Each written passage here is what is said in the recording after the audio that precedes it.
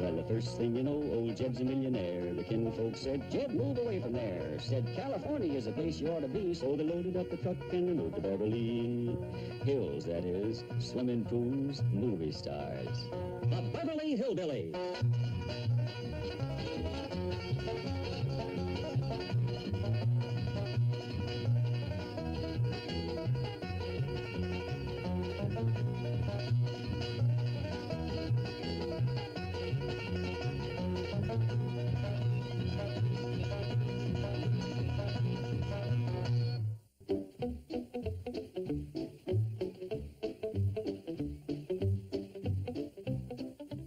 There ain't nobody that's good at fixing and sharpening as you are, Jed. Well, I've been at it for quite a spell. You got a gift for it. Why, back home, didn't folks come from miles around just to have you fixing and sharpening things? I ain't just sure it was my sharpening a drum, Granny. What you mean? Well, you used to let 'em heft the jug whilst they was waiting. And I don't know which they like better, the edge they got from me or the one they got from you. Oh, it wasn't my jug, Jed, that brung 'em. It was your work. Something I miss out here, Granny, and it's doing for other folks. It just don't seem neighborly for us to keep to ourselves the way we do. Well, it ain't us that's standoffish. It's our neighbors. They were from the very start. Why, when we moved in here, not every one of them lifted a finger to help us. But they didn't know we was moving in, Granny. Since then, every single one has offered to help us move out. Well, I got taters to peel and fat back to slice. If you can do for these Beverly Hill folks, you got me beat. Well, it won't do no harm to try, Granny. Might even do some good. I'm getting lazy as old Duke there. He's so lazy, he's got to lean up against something to bark. I noticed you laid a bed late this morning. Yeah, it must have been better than 5:30. Well, a man has got to keep busy, and the best way I know is doing for others. What you got in mind? Well, I thought I'd take my grinding wheel and some tools, go around the neighborhood and see if anybody had any knives they wanted sharpened or any fixing done. You won't get past the front gate. Our neighbors are high society folks and movie stars. Well, they got to slice their fat back same as everybody else. All right, go and find out for yourself. Duke? Come on, Duke. We got to commence making ourselves useful. I got a notion folks are going to be real glad to see us coming. Stop that right out there. Don't you know that? Mr. Crampett. Well, Mr. Drysdale, I'm sorry I rung the bell a mite loud. Oh, no, it's beautiful. What is this? Well, this here is my handyman wagon. I'm going around the neighborhood fixing and sharpening for folks. You're not. Yep, gonna come here first. Thank goodness. Got a lot needs doing, huh? Oh, I mean, yes. I'll hire you for the entire day, and you can hide work in the garage. Well, I'll pay you anything you say. Well, Mr. Drysdale, I don't aim to charge no money. Well, then why are you doing it?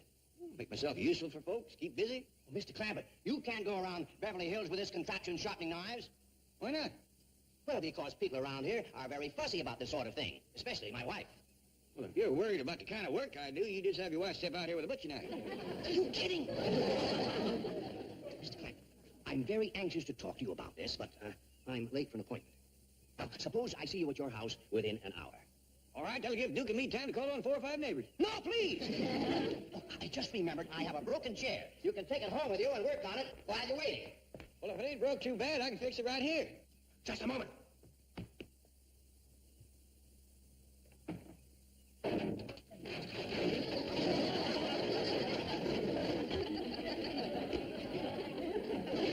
Clumsy me. I dropped it and stepped on it.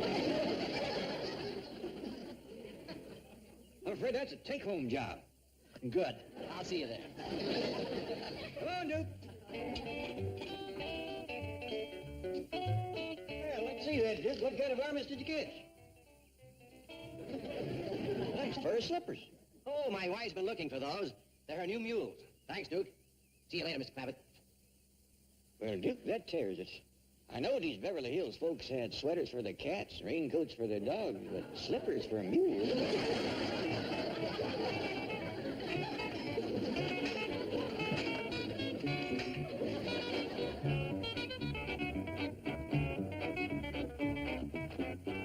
Come in, Milford. Come in. Sorry to be late, John.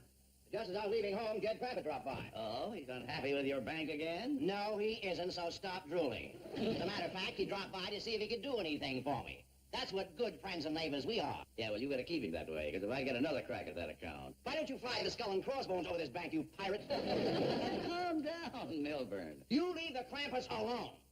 Now, you call somebody in here to act as witness. We've got these loan papers to sign. Send that new girl in, will you? Oh, sit down, Milburn. Relax. Here, let me take your hand. Nothing doing. It might fit you. You are a nervous man, Milburn. You better take up a hobby. Here, let me show you what mine is. That's fine for you, but I happen to be married. Oh, not the girl. I'm talking about the ship and the bottle in it. That took me 3 years to build it. Wonderful therapy. Never mind that. Let's get these papers signed. Miss Graham. Miss Graham, this unpleasant gentleman here is Mr. Drysdale of the Commerce Bank. Hi. Hello. I'm sorry I was a bit gruff, but I'm a very busy man. I have a lot of problems on my mind. Now, we have some loan papers here that need your sweater. Sing it.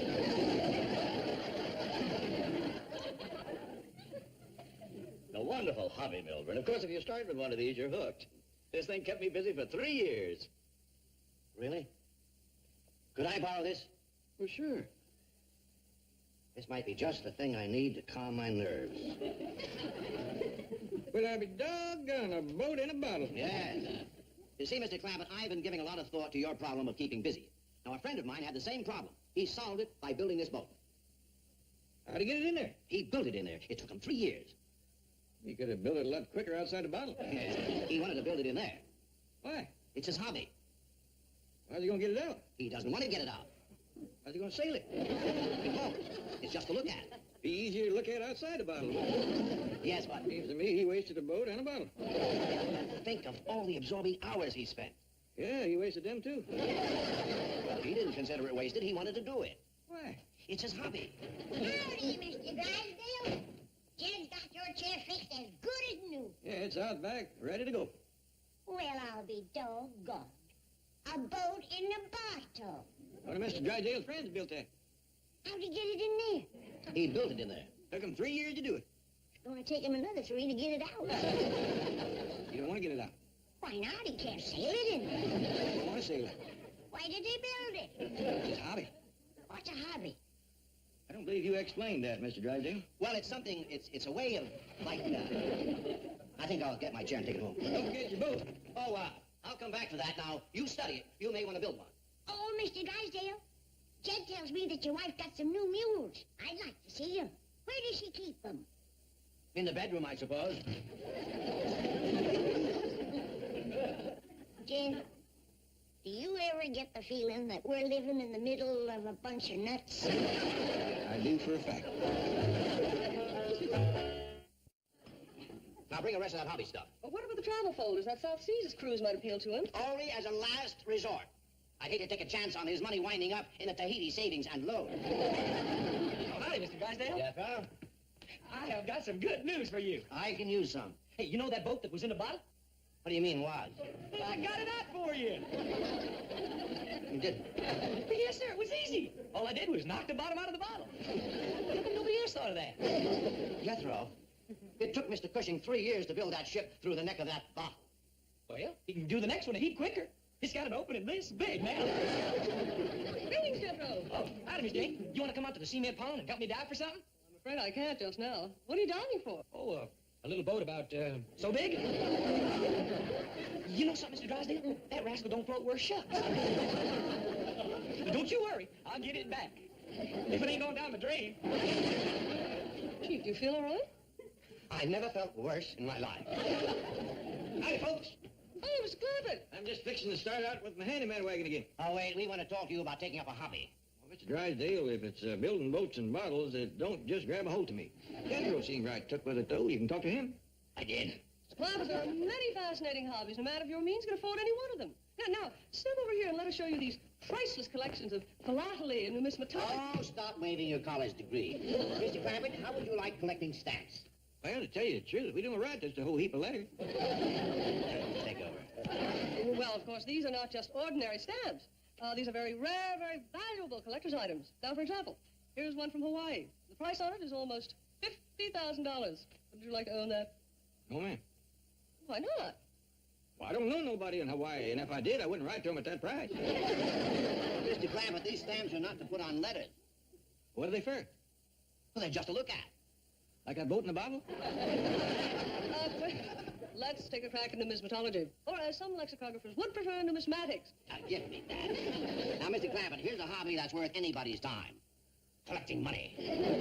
Drysdale, if there's one thing I don't need, it's more money. Now, if you'll excuse me, I'd like to get started being useful to folks. Now, wait. Just take a look at these drawings. This collection belongs to a friend of mine. You see that dime? Yeah. He paid $12,000 for that. He got slicker. The dime's only worth 10 cents. This was minted in San Francisco in 1894. You mean if you put that dime in one of them candy machines, you get out $12,000 worth of candy? No, he'd only get 10 cents for it. You better help your friend, Mr. Drysdale. He needs him. And hope he ain't toting that dime when he gets a sweet tooth. Because no matter what comes out of the machine, he ain't going to enjoy it. What about the coins and stamps? Later. Mr. Clampett, I just remembered. I've got a lot more things at home that need mending. Will you go there first? You bet I will. Get him. We've got to beat him to my house and start breaking things. Uncle Jed? I got the boat without even diving for it. Looks like the one that was inside that bottle. Yes, sir. I got it out. You reckon Mr. Cushing will give me a reward? This belong to Mr. Cushing? Yes, sir. Fetch your truck, boy. We got to go see him. Well, you reckon Mr. Cushing will give me a reward? I'm the only one that figured out how to get it out of the bottle. How'd you do it? I just whacked the bottom off it. Fetch your truck, boy, and hope he don't do the same to you.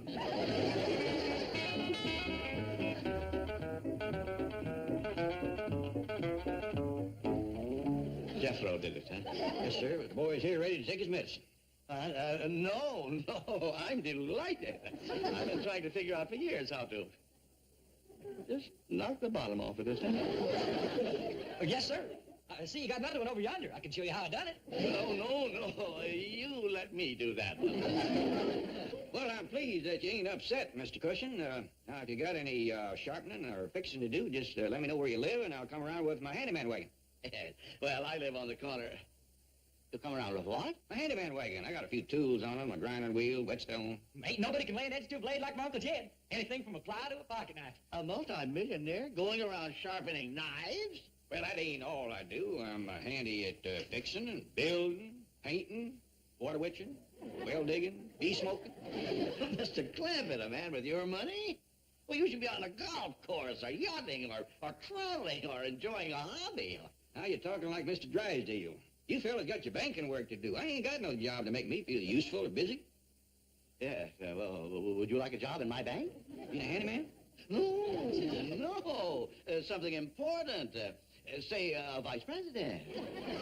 Well, thank you, but I'm afraid I don't know too much except fixing and farming. Well, that's what you can be vice president of, is fixing and farming. A bank? I thought you fellas just mostly loaned out money. Yes, well, that's right. Yes, you can loan money for fixing and farming.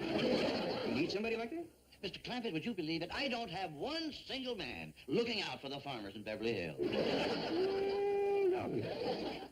I'll do it. Wonderful. Jethro, come over here and congratulate your Uncle Jed. He's my new vice president. Excuse my left hand, Uncle Jed.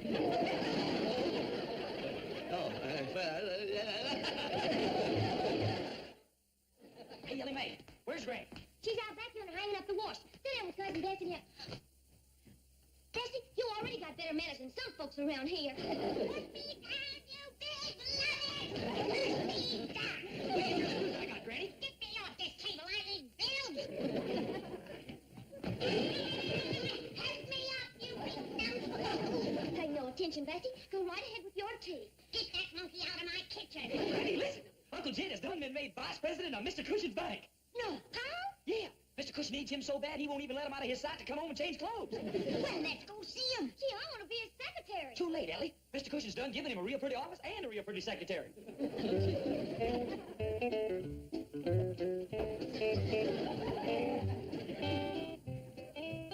Is there anything I can do for you, Mr. Clampett? Oh, no, thank you. Anything I can do for you? Oh, no, you sit down. You're a vice president. My job is to be helpful and see that you're happy. Oh, Mr. Cushing. Well, how's everything in my new farm loan department? Well, I ain't loaned no money to no farmers yet. Oh, well, that will take time. They don't know you're here. I better get out and go around and see them. Oh, no. You stay here and get acquainted with our fine organization and personnel. How is Miss Graham? Everything you expected? Oh, more. Well, good. Well, her instructions are to make you stay here at the Merchants Bank. That is to make your stay here at the Merchants Bank as pleasant and as rewarding as possible. Well, I'm right obliged to you, Mr. Cushion, for giving me this job. I just hope I can do you some good. Oh, you can. Now, here is some bank literature that you might look through. How did that deposit slip get there? Well, of course, might as well leave it. It might come in handy. I'll look in on you from time to time, and welcome aboard. Allie Mae, where's your father? Oh, hi, Mr. Drysdale. Sit down and have a cup of tea. Well, I can only stay for a moment. Where is your father? I got a whole house full of broken furniture and dull knives waiting for him. Oh, I don't do that kind of work no more, Mr. Drysdale. He's vice president of Mr. Cushing's bank. What? Yes, sir. This sure has been our lucky day. Jethro got the boat out of the bottle, Paul got a job, and Gritty found a whole bunch of pocket change in the front hall. Just a moment, madam. Unless you have an appointment, you can't see Mr. Clancy. I can, too. He's sitting right there. It's all right, ma'am. This here is Granny. Granny, this here is my secretary, Miss Graham. Howdy, Miss Graham. Have a candy bar. Found a bunch of dimes, and I've been giving that candy machine fits. Well, how are you fixed for stamps? Found some of them, too. What is this I hear about you working for Cushing? Yes, sir. You put me in charge of farm loan. Well, I've been planning on having you take over the farm loan department of my bank. I wish you'd have said something. Mr. Cushing doesn't give me this nice office and secretary. Well, come with me and I'll do better than that. I'll give you my office and my secretary. Right, Miss Hathaway? Right, Chief. I'll do better than that. I'll give you my office and his secretary. No, you won't. Miss Graham stays here, and so does Mr. Clement, I hope. Nothing doing. He's coming with me. He stays here. Come, Miss Hathaway. Throw him out, Miss Graham. Now, hold on.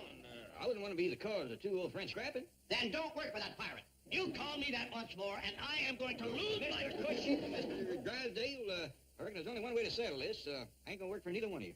What are you going to do, Jed? Something I know how to do. Come on, Granny. Hey, Mr. Clampett. You're not going to push that grinding wheel around the neighborhood. Oh.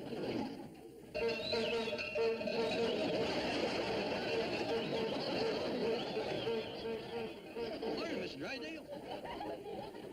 What is this? What's going on? We's ready to take on any kind of work now. I do the toting and lifting. Rusty does mousing, and I do critter training. And I'm back to fixing and sharpening. And I do dressmaking and mending. What do you need, Mr. Drysdale? A doctor. I do that, too.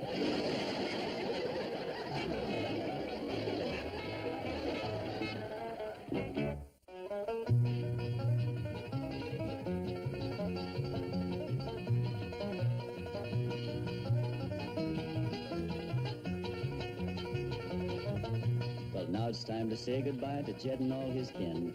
They would like to thank you folks for kindly dropping in. You're all invited back next week to this locality to have a heaping helping of their hospitality. Hillbilly, that is. Set a spell. Take your shoes off. They all come